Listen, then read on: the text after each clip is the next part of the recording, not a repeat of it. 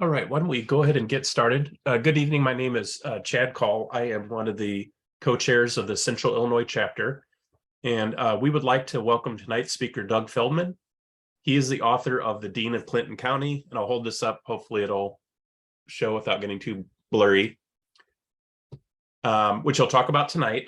Doug is a professor in the College of Education at Northern Kentucky University and a former scout for the Cincinnati Reds, Seattle Mariners, and San Diego Padres.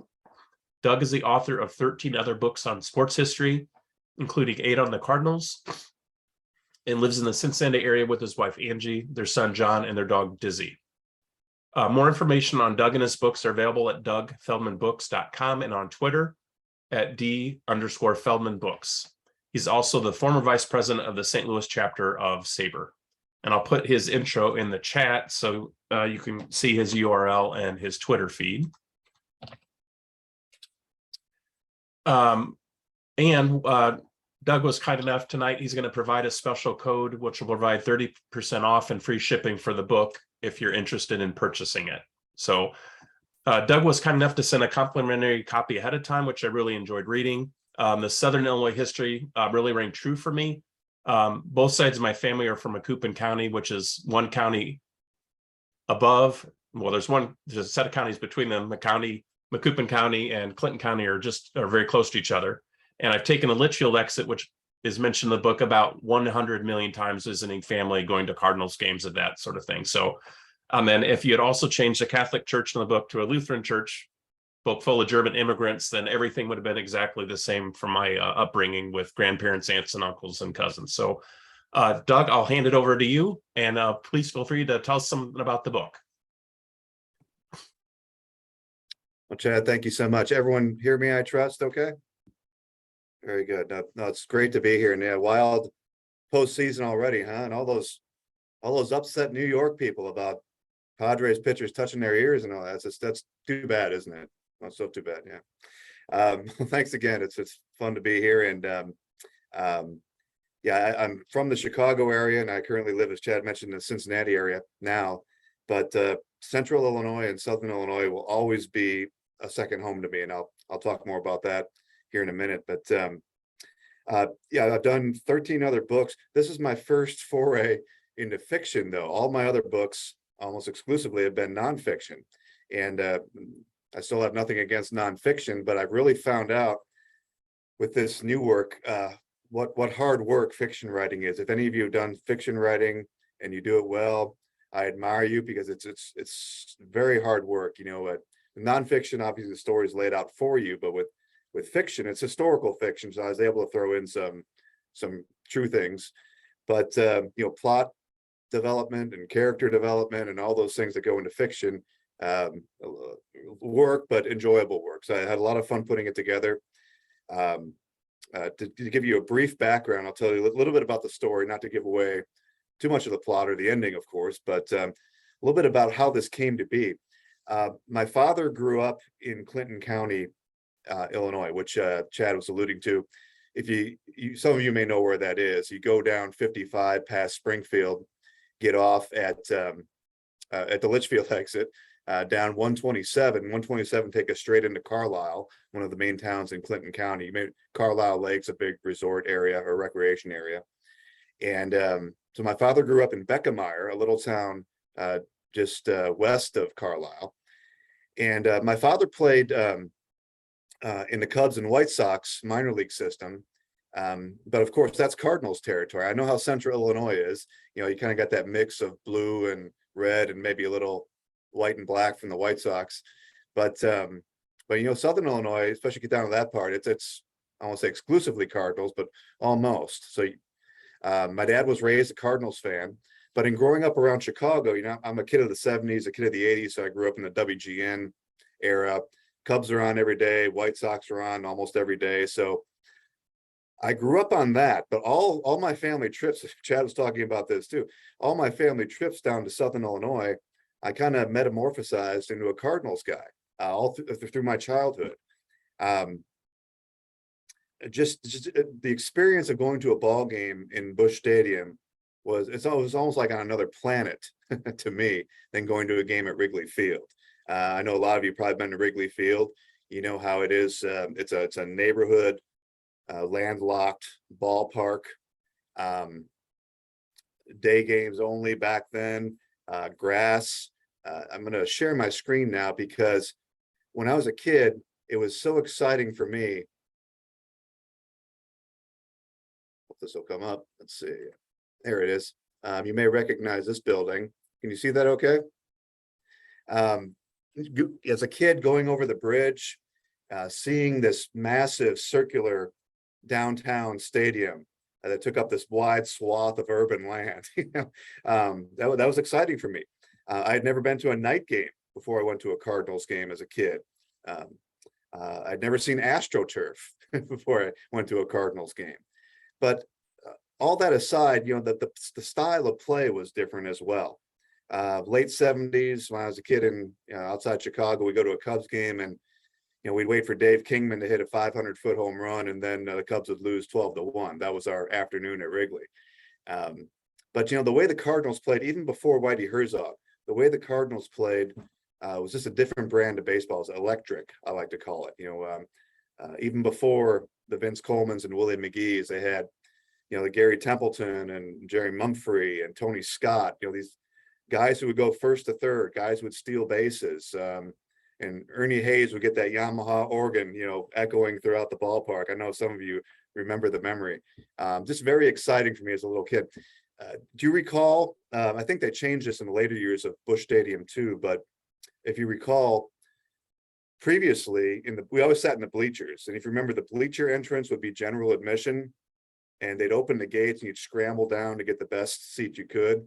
We always pester my dad to get us there early so we could run on down and get down the first row of the bleachers. And that's a great memory as well. So, and heading back home, we go back home to, or not back home, but back to where we were staying with our relatives in Clinton County after the game. My dad's brother, my uncle Jerome Feldman, was a Catholic priest just north of Carlisle. He had a rural parish and a big rectory, a big house where we could stay.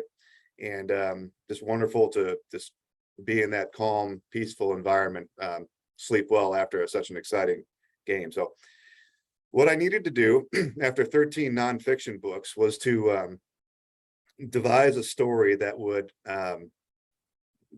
memorialize, would articulate these wonderful emotions I had as a kid. And I still love going back to Central and Southern Illinois. I played for NIU and I played against U of I, and my brother played for ISU, a coach named Duffy Bass. Anybody remembers Duffy Bass from Illinois State? My brother played for him. So I know how passionately the central part of the state takes the game as well.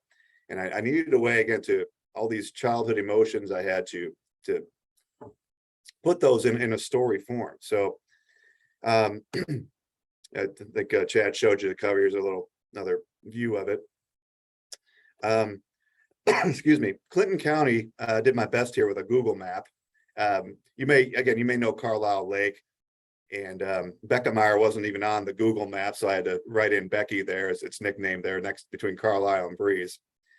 But the book centers around the Clinton County League. The Clinton County League is a men's league. It's been going on for 70, 80 years. The Shane Deese brothers, Red and his brothers, played with and against my dad in the Clinton County League. What I've done here on this map, I've highlighted the 8 towns that currently have teams in the league. I'm seeing going as far west towards St. Louis as Trenton, right next to Lebanon. And Centralia is kind of half in Clinton County, half in the next county, but they're counted in as well. So these 8 towns have teams still playing every Sunday afternoon from Memorial Day to about Labor Day. And they're still intense fights for local pride, as they have been for many, many decades.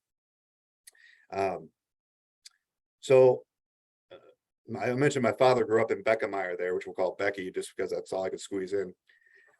Excuse me. Sip here.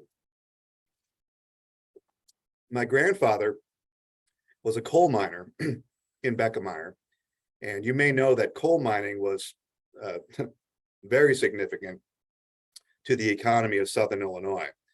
Now, the story itself with the book takes place in the Great Depression, 1934. And the main character is John Lofketter. He's a coal miner and a pitcher in the Clinton County League, struggling to support his family. He's not getting too many hours at the mine.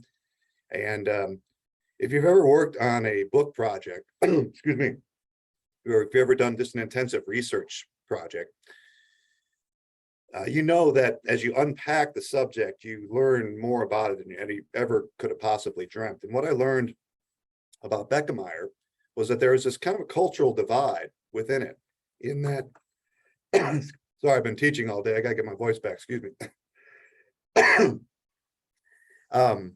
In that, and I don't know if this was typical of mining towns at the time, but there was kind of a clean side of town and a dirty side of town.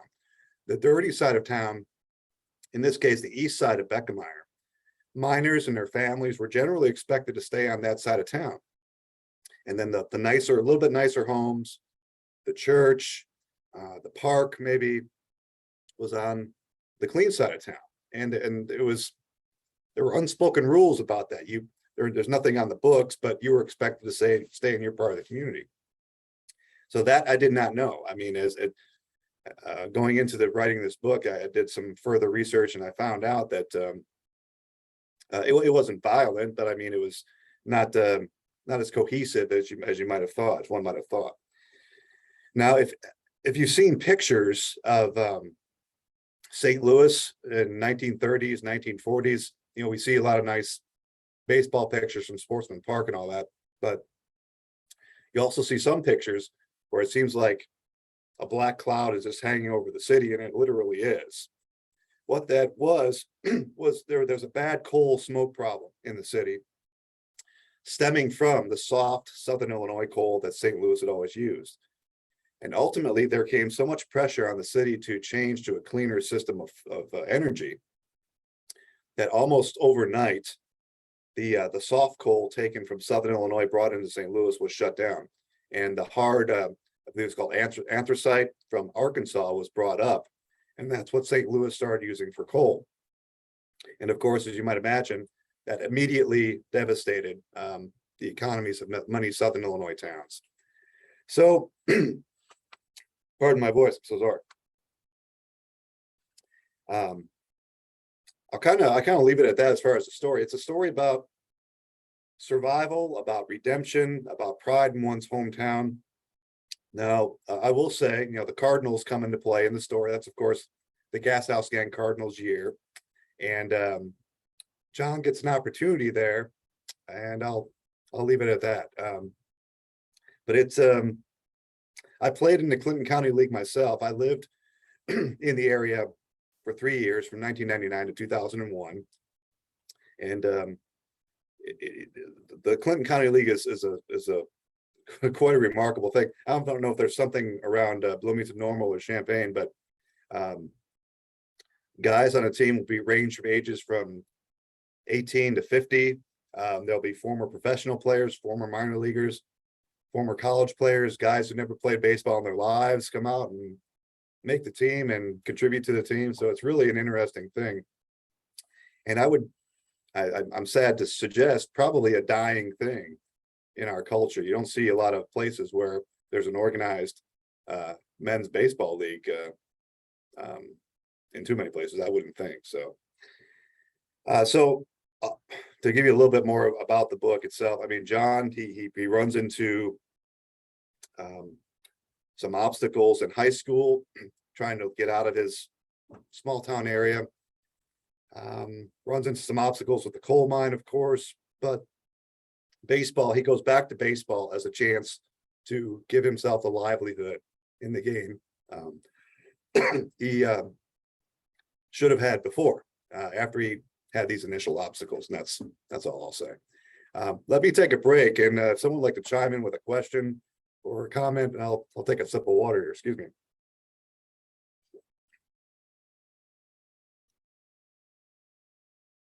Happy to answer questions or anything you got.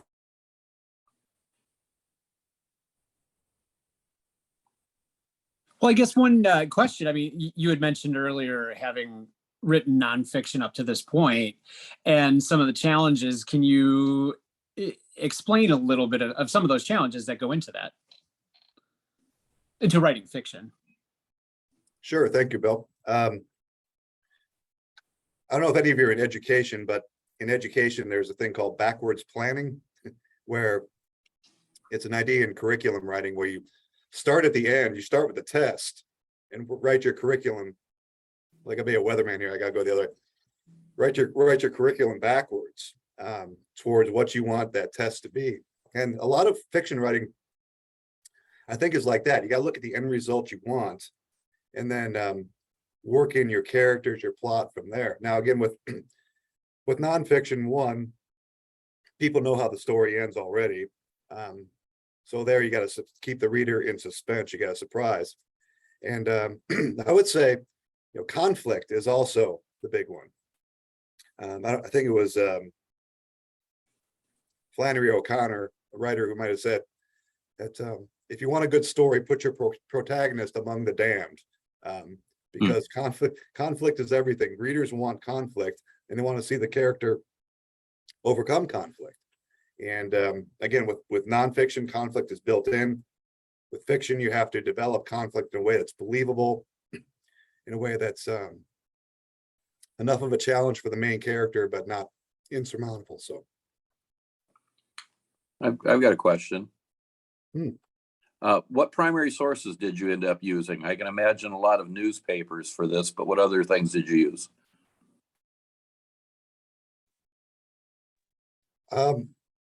With this, gosh, I'm so sorry about my voice.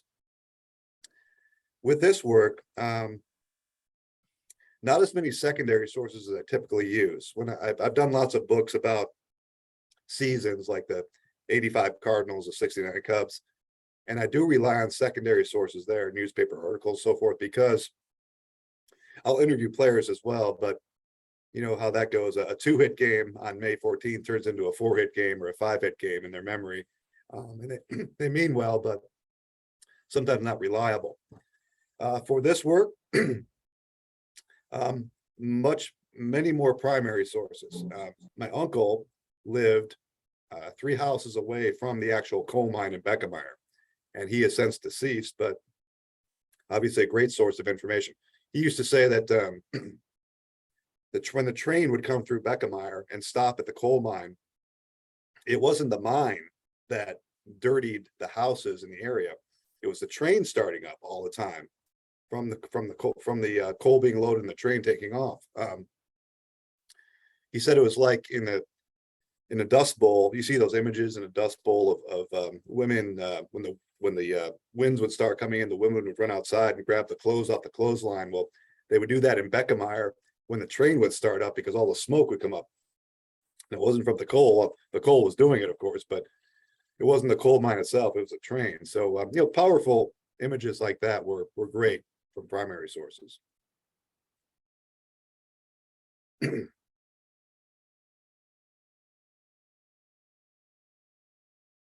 any of you have, let me ask you this, and do any of you have experience with playing in like an adult league by where you live, or is there something like that in existence where you live?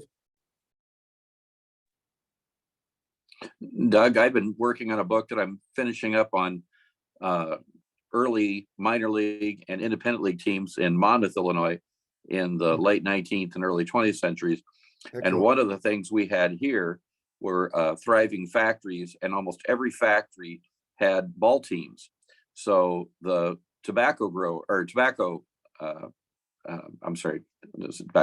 the cigar makers had teams, the pottery guys had teams, and then there were other little independent teams, even like clerks and things. And the newspaper would have things like, the downtown clerks beat the cigar makers, 8-5 today, and it had who was on the team and things.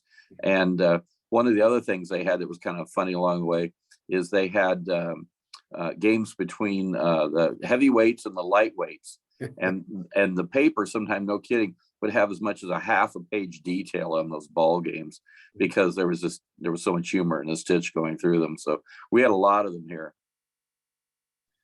That's great stuff. And it's funny because I mentioned earlier that, there's that cultural divide in the town, and the haves and the have-nots say. And but the two things that brought the town together, and thank you for sharing that, Tom. That's awesome. Along those lines, the church and the ball field, from the days of the Depression, maybe through, not so much today, of course, but through the 40s, through the 50s, the church and the ball field were the two things where people could still all congregate together. Thank you, Tom. One of So our I'm originally from Minnesota, and amateur baseball there is called town ball, but it is extremely strong, still going, going way back. Usually it was college kids who would do it for the summer, or again, it would be guys who were playing 20, 25 years and in their 50s. But I mean, it goes back to guys that Al Worthington pitched for the Twins, and Bud Grant for the Vikings would play. And yeah, it's still super strong up there. And sure, that's I'm sorry, your name I can't see on the screen again. Gary. Yeah, I mean, in the Clinton County League, Gary Gaetti would show up and play for Centralia. Kirk Reuter, you remember him from the Giants in the 90s. He was from Hoffman, a little town south of or Hoyleton, excuse me, a little town south of Carlisle, but he'd drop in and pitch. It's great. It kept all the big names that left the county tied back to the county. I always loved coming back home. You remember Kirk Reuter from the Giants in the 90s? This is a good 50 miles from St. Louis, but he'd have the whole Giants team out to his family farm in Hoyleton, Illinois, for a pig roast every time the Giants were in town. So just a great family atmosphere there, as are so many communities across Illinois.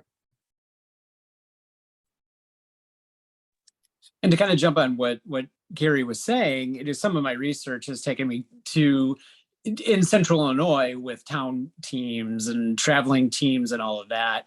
And while it never seemed like an organized league, it was always the local towns, and somebody might travel a little bit.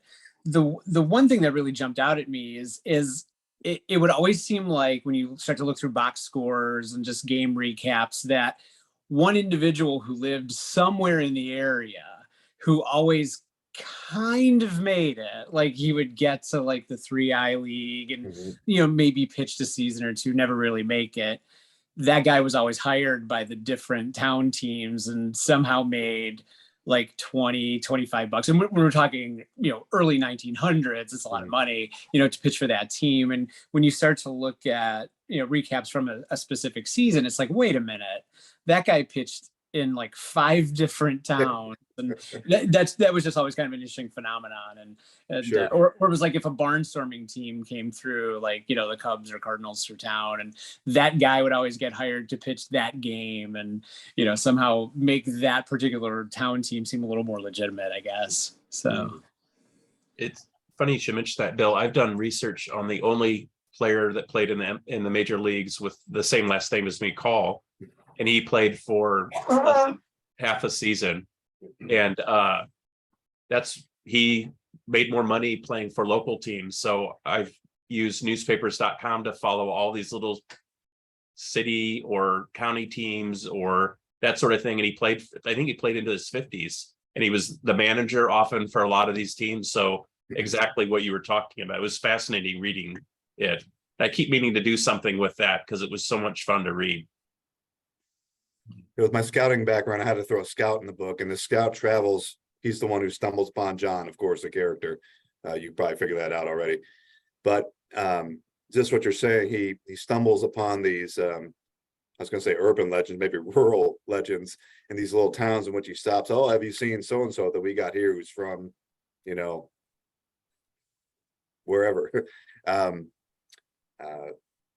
Those legends, they never die, and they as Bill, I believe, was saying that they grow in terms of their availability and based on their talent, their availability to other teams. They could be loaned out and farmed out, so to speak, at any time.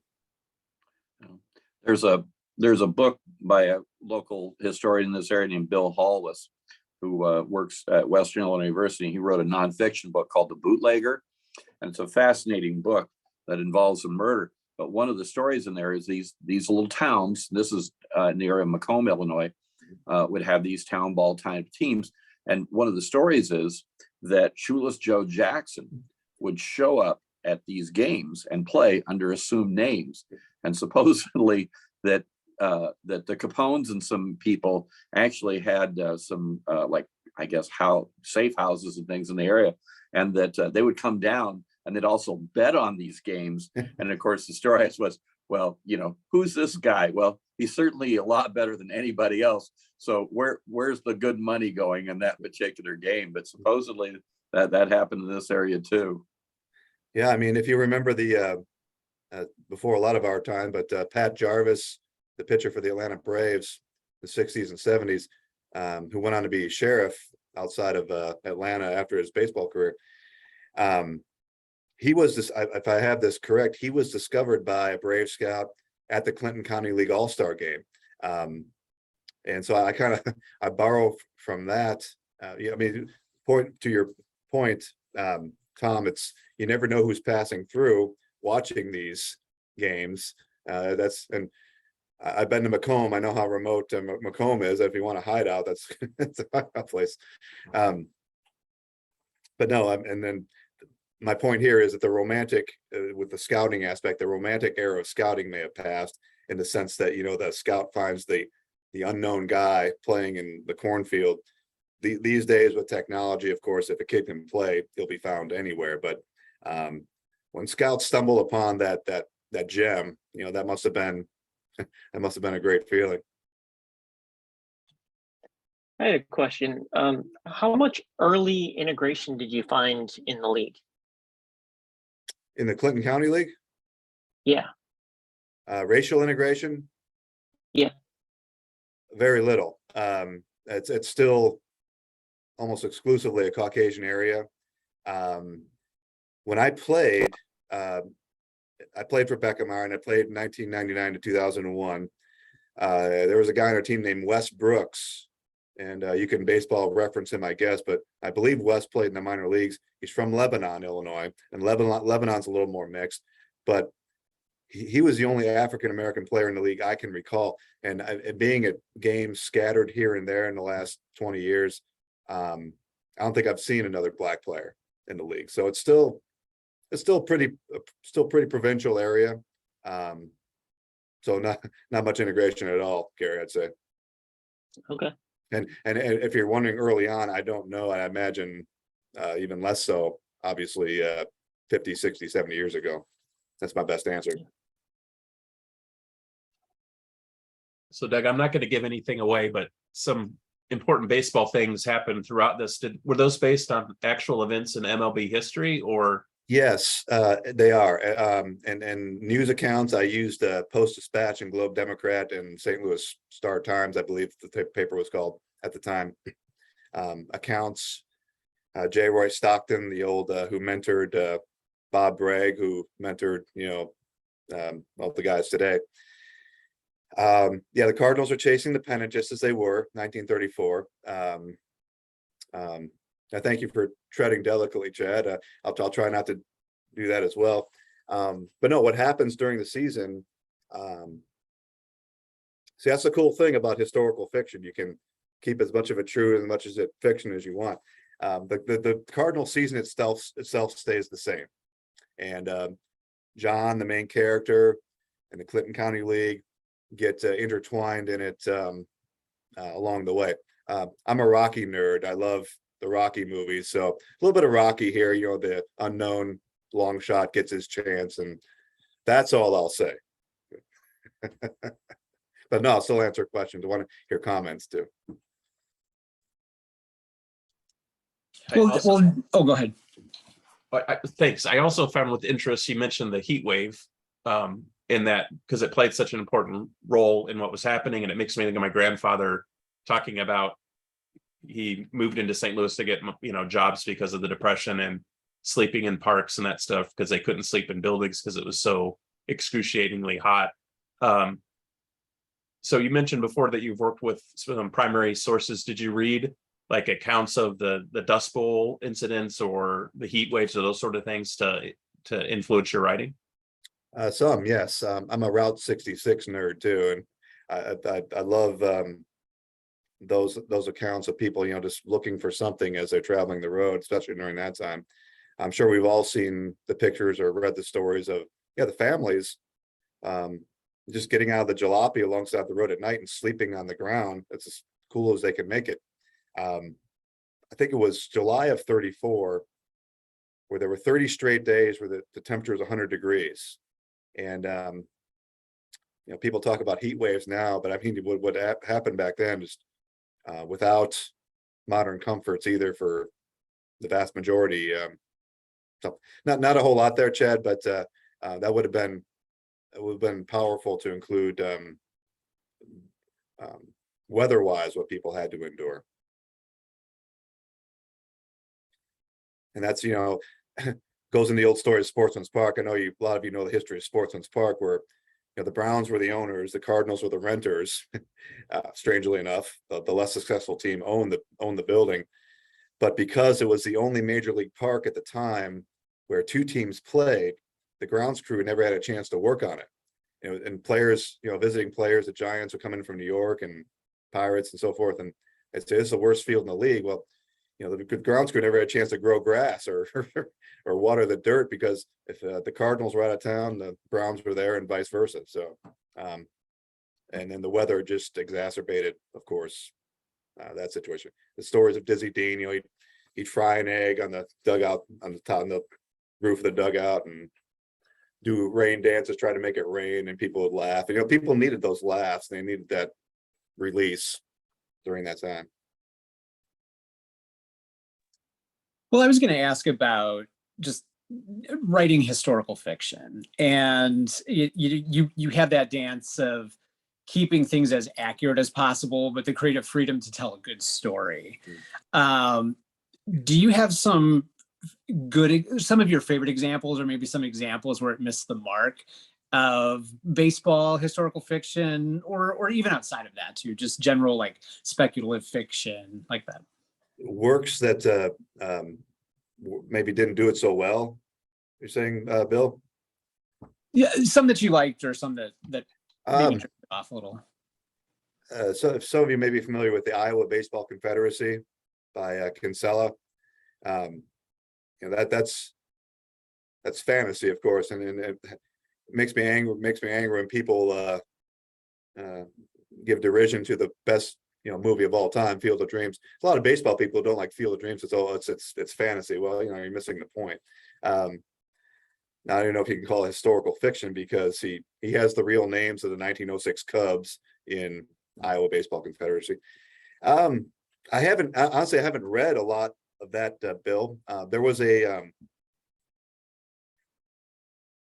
friend of mine who's deceased, John Theodore. He wrote for WGN in the newsroom, deceased a few years ago, but he wrote an historical fiction novel, which kind of sparked me into doing this. And he talks about Chicago in 1 year. I think it was 1957. He takes that year. This is one done very well. I'll give you this example. If you look up John Theodore, and then the title escapes me, but talks about Chicago 1957 or 1958, not 1958, I believe, because it talked about the Angels fire, the horrible elementary school fire, as one thing. You have more leeway, I think, with the characters. That's why Chad was asking, is the baseball season the same? It is. The pennant race is the same. The baseball information is the same.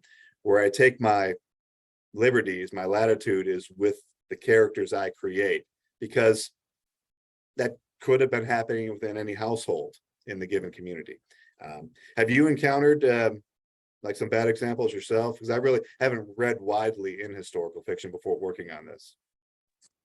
Well, no, I'm not. I guess I'm not thinking of like specific examples of where I didn't like it, but I think sometimes where baseball stories struggle is how much do they spend too much time talking about the baseball side that the actual character development is weak, or there's so much character development that they kind of forget about the game, or, like, what's that healthy balance? I mean, because you mentioned that a lot of people will dump on, Field of Dreams as a movie, and I understand both sides of that. It's a fantasy, so let some of that go, to tell a compelling story, because I know some people that really connect to it. But I love the natural, and there's obviously the differences between what happens in the book and how it's portrayed in the movie. But I mean, I always tend to think of the movie, and I think that's a great balance of a good character development story and the actual baseball. Even down to just the way that they filmed it, with the authenticity of the uniforms and just the general look of it. I think that's a pretty good example. But then a lot of other baseball movies, it's just a lot of fluff, and it's just a little too much about the game, or just a little too much wackiness that the game is an afterthought. So just some of the examples that I could think of. Very good. Now, you made me think of a couple things. That, first of all, my first book was back in 2000. It was about the gas house gang of 34 Cardinals. And what I had to guard against as a new reader or a new writer was just giving what happened in the games. Joe Medwick went 3 for 5 against the Pirates on May 14th, and Cardinals won 10-3. Well, people don't want to read that. They can look that up anywhere. They had to know some of that as foundational information, where the Cardinals were in the standings at that given time, what Medwick was hitting at that given time. But I had to develop the story of the people. I had to go digging for what made Joe Medwick tick, what made Paul Dean tick, what made Dizzy Dean tick. And so you're so right. There is a balance there. And the best advice I ever got on writing, and I don't know who gave it to me, in addition to conflict being everything, that's Flannery O'Connor. I didn't talk to Flannery, but best advice I ever got on writing was that details are everything. Like, okay, what details? Which details? I want the person to tell me. And like Curly and City Slickers movie, you got to figure that out for yourself. You put the wrong details in, whatever those may be, and that'll bog the reader down. If you don't give enough of the right details, if you catch my drift, you're not building the story. Example straight from this book, straight from this manuscript. When I first put this manuscript together, my editor told me, Doug, you got, in the beginning of the story, you got way too much Clinton County history, way too much Southern Illinois history.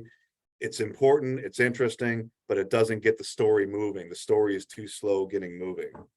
Okay, so what you'll find, if you get the book, you open up to page 1, it's Dizzy Dean and his wife driving through Bradenton, Florida in January of 1934, in advance of spring training starting. He's playing around a golf. They're moving into a new house, their summer home away from Forest Park Hotel in St. Louis. And then after a couple of paragraphs, I shift back to the shivering cold house of John Lofketter under the same sun. The same sun's keeping Dizzy Dean and his wife warm in Florida. The same sun can only manage about 35 degrees in Beckemeyer, Illinois, as a struggling coal miner, is trying to support his family in the midst of the Depression. So details are everything. Again, I'll say I had too much history of Clinton County kicking things off, and the editor's right. I probably would put the reader to sleep if I kept all that in there. As interesting to a few people as it may have been, as important as those things may have been, just didn't get the story going. So thank you, Bill, very much.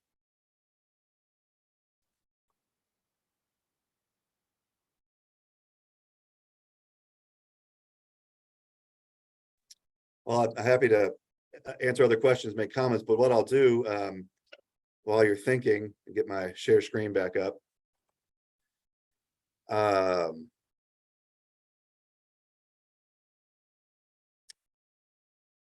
Yes, a special price for the Central Illinois SABR chapter tonight, not tonight only, anytime you get a hold of me, but $20, and I'll cover shipping as well.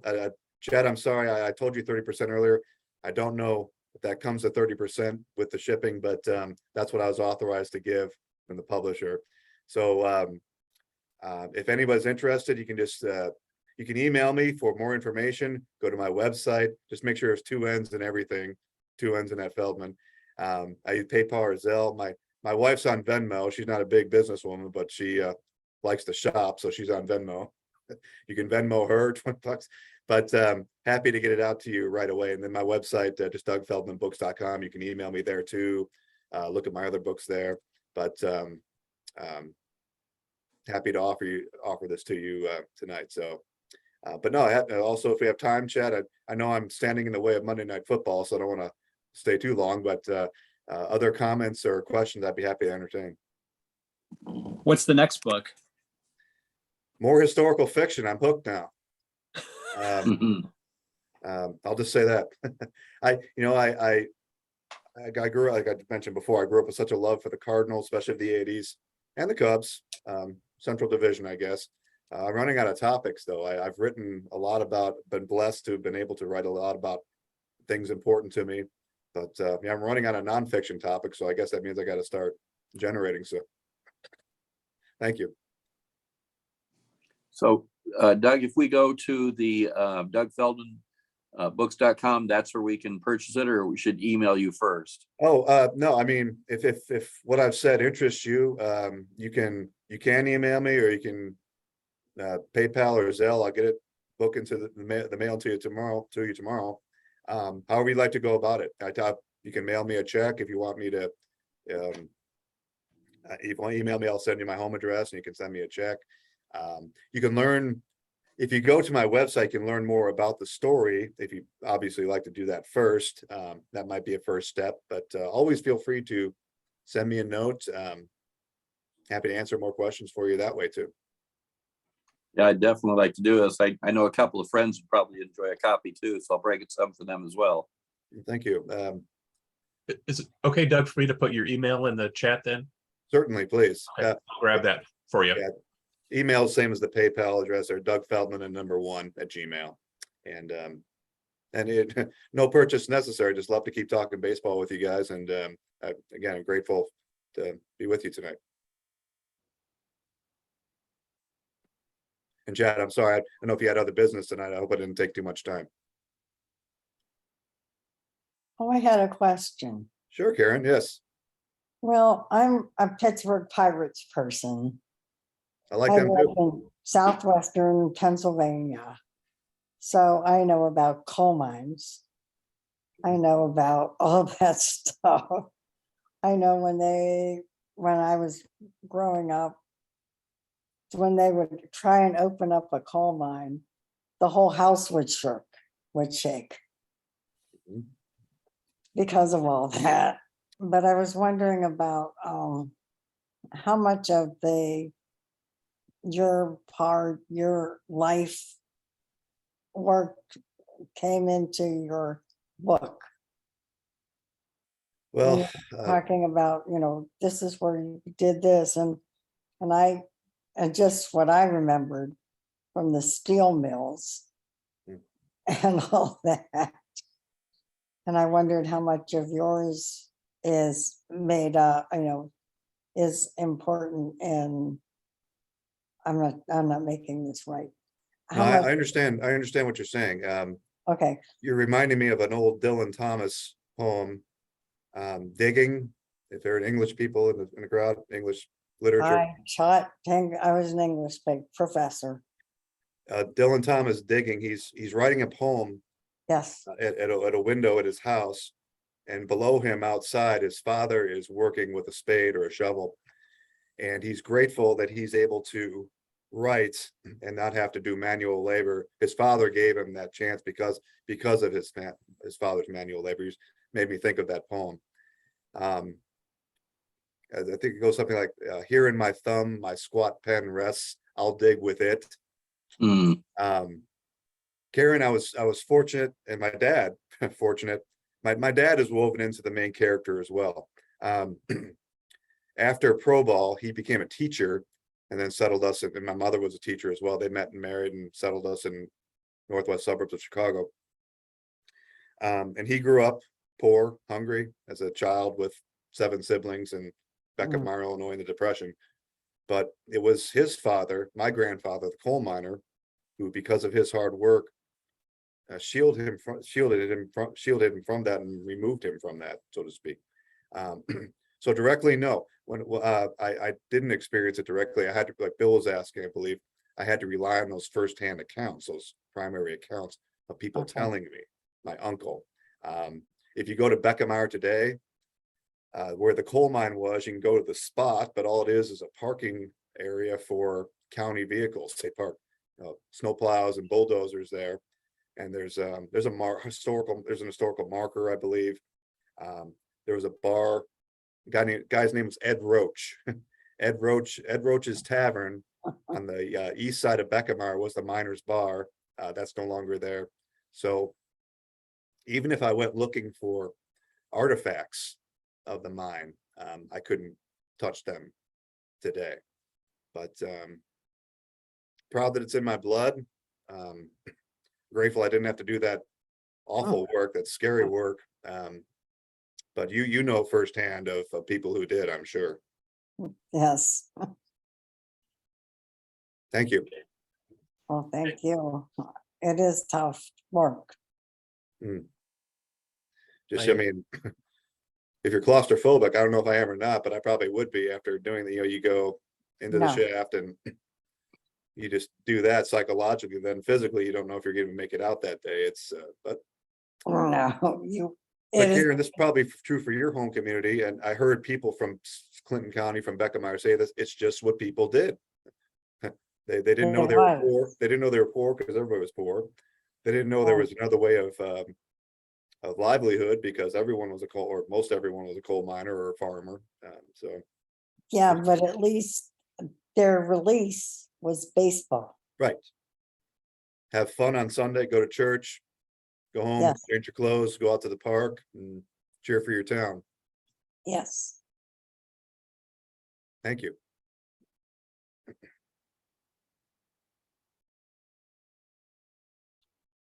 Well, again, thank you all. Chad, should I leave you with that? Yeah, are there any more questions at all? Let me take a peek at the chat in case somebody posted Okay. one there. Yeah, why don't you do that?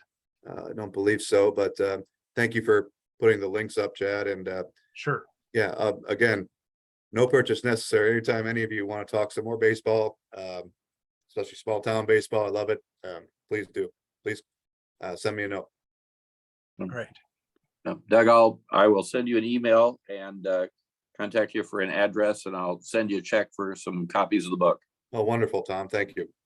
I was going to tell you real quick, one of the things I found is in research I didn't have to make these things up. Just reading all the crazy things that went on in the stories, everything from, there was one season, there was a guy who was known as the corset thief, who was going around and stealing women's lingerie and things. And then a guy who tried to murder the fellow who was having an affair with his wife and running downtown with a gun and shooting at people and running through the courthouse. Those kinds of things really happen. I thought if I had to make those things up, I couldn't. No, as Curly from the Three Stooges once said, truth is stranger than fiction. So. That's very true. Thank you for everything you did tonight. It was wonderful. I can't wait to read it. Oh, again, thank you all so much. I appreciate it. Thanks, Doug. I'll leave you to your rest of your meeting. Okay, sounds good. Take care. Thank you. Thank you. And in chat, I've put in a couple of tentative dates and times for some upcoming Central Illinois chapter events on November 3rd and November 15th. Jeff Perlman discussing his latest Bo Jackson book. And then the next one after that, Justin McKinney discussing baseball's Union Association, the short, strange life of an early major league. So those are in chat, and you'll be hearing more about those via email coming up soon, and probably on Facebook as well.